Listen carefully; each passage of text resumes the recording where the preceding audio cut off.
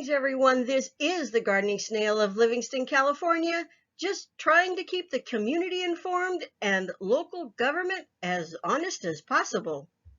In this video, we're going to look over the November 2nd, 2021 City Council agenda packet and touch on a few things that some people might just as well want to have been forgotten. There are two meetings today, the special meeting all by itself and a regular meeting. We'll start with the special meeting. The meeting will be held via teleconference and in person. The teleconference you can join in by calling 605-468-8002, access code number 156811 #. Persons who attend the meeting are asked to follow the current state of California public health guidance. Public comments can be submitted via email at citycouncil@livingstoncity.com. Comments must be received by 2 p.m. on the day of the council meeting. You will need to provide meeting date, name, email, and comment. Please limit to 300 words or 3 minutes. However, some people seem to get more time than others. Please include public comment in the subject for the email.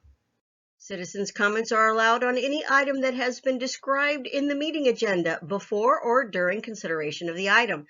The public will have an opportunity to comment on matters not on the agenda at regularly scheduled council meetings.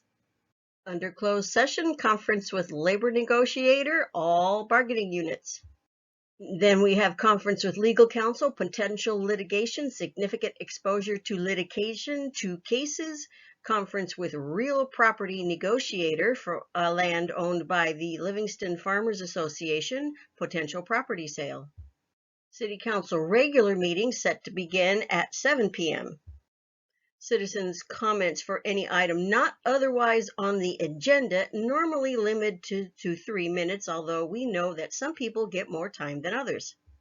Followed by announcements and reports. And did you notice how the county supervisor has been disinvited from giving a report? Isn't that interesting?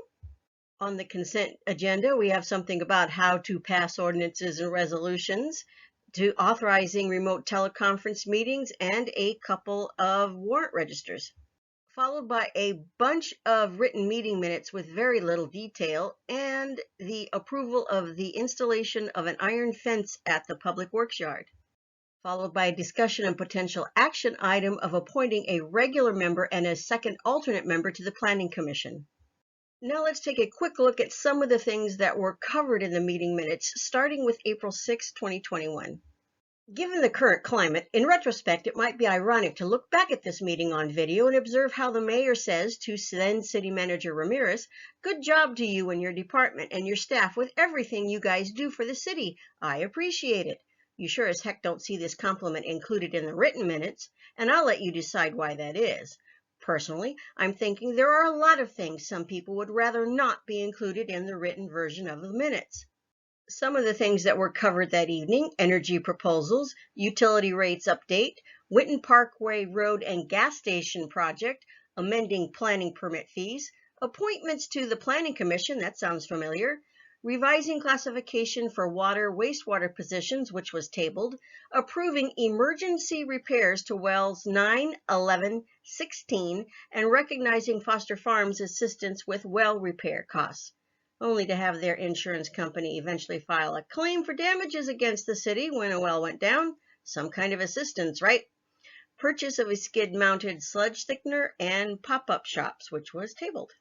And notice how park rental fees was an item to be taken up at a future council meeting. April 20th, 2021. Labor negotiations, exposure to litigation, city manager performance appraisal. Hey, what happened to good job, right? Many reports by city staff and not one word of detail. Several public comments and not one word of detail included in the minutes. COVID-19 relief funding, initiation of the Proposition 218 process for water, sewer, and garbage, and a solar project at the wastewater treatment plant. One of the first things you would notice by looking at written minutes is the long list of people making a public comment. The second thing you would notice is that there is only a list of names, not a single word to indicate what was actually said, which is something the written meeting minutes have in common now. Members of the public make comments, staff give reports, but not one single solitary word to indicate the point they wanted to make. On the 20th, there was a large group of people who showed up in support of City Manager Ramirez, but you wouldn't know that from the written minutes. Perhaps that was intentional. For future agenda items, speed bumps and spay and neuter made it on the list. Moving on to May 4th. Topics for the evening: labor negotiations, new recycling requirements by the state, several reports, no details, public comments, no details, annual property tax assessments, list of 2021-2022 special events by the Recreation Department, which was tabled, how much to charge for pop-up events permits, alternate for the Planning Commission, which was tabled, discussion about speed bumps, spay-neuter program, and reclassification of specifications of water wastewater positions, and a somewhat longer list of future agenda items to be had. Now a quick look at what's on the minutes for June 1st. Labor negotiations, city attorney employment, labor negotiations for the chief of police, new recycling regulations by the state, reports and no details, employment agreement with the chief of police, property tax assessments, park and facility fee increases, which was continued into the future, and several citizens' comments with no details. A community development block grant application, road funding from SB1, updating planning fees, and the appointment of a second alternate to the Planning Commission. No action taken. On this meeting's consent calendar, there was a claim for damages by Foster Farms insurance carrier, well, at least one of them. One of the wells Foster Farms helped to repair in the past failed again, and the insurance carrier wanted money. This is also the meeting at which there was a lot of squabbling over who was legally responsible for the cost of removing and cleaning up homeless encampments. There was also quite the kerfuffle over the use of a city's light bar. One of the local soccer clubs was using the light bar, and some of our council members seemed quite indignant about it. And the purpose and authority of the Recreation Committee was questioned, even to the point of asking the city attorney to look into the Recreation Committee's decision-making authority. As for council direction on future agenda items, you can see there's quite a long list, which includes an item of what would be the cost to have county sheriff take over police services. As for the special meetings on June 2nd and June 7th, June 2nd was a budget workshop, and June 7th included labor negotiations and the swearing in of Police Chief Markle. Which brings us to June 15th. Labor negotiations again, Miss Independent Scholarship Program, Post-Traumatic Stress Disorder Awareness Proclamation, several reports with no details. As for the Proposition 218 hearing, water was punted to the July 6th meeting, wastewater punted to the July 6th meeting. Garbage, the first reading was approved. Lots of comments, but not one word in the written record, and the naming of the Max Foster Complex Future Improvement was tabled. Once again, the topic of who is legally on the hook for the removal and cleanup of homeless encampments was a hot topic. And again, the use of the city's light tower by a local soccer club was also brought up again. The use of COVID-19 relief money for some TCP-related water projects was discussed, and how there could be trouble if reserves dropped below the requirements of debt obligations.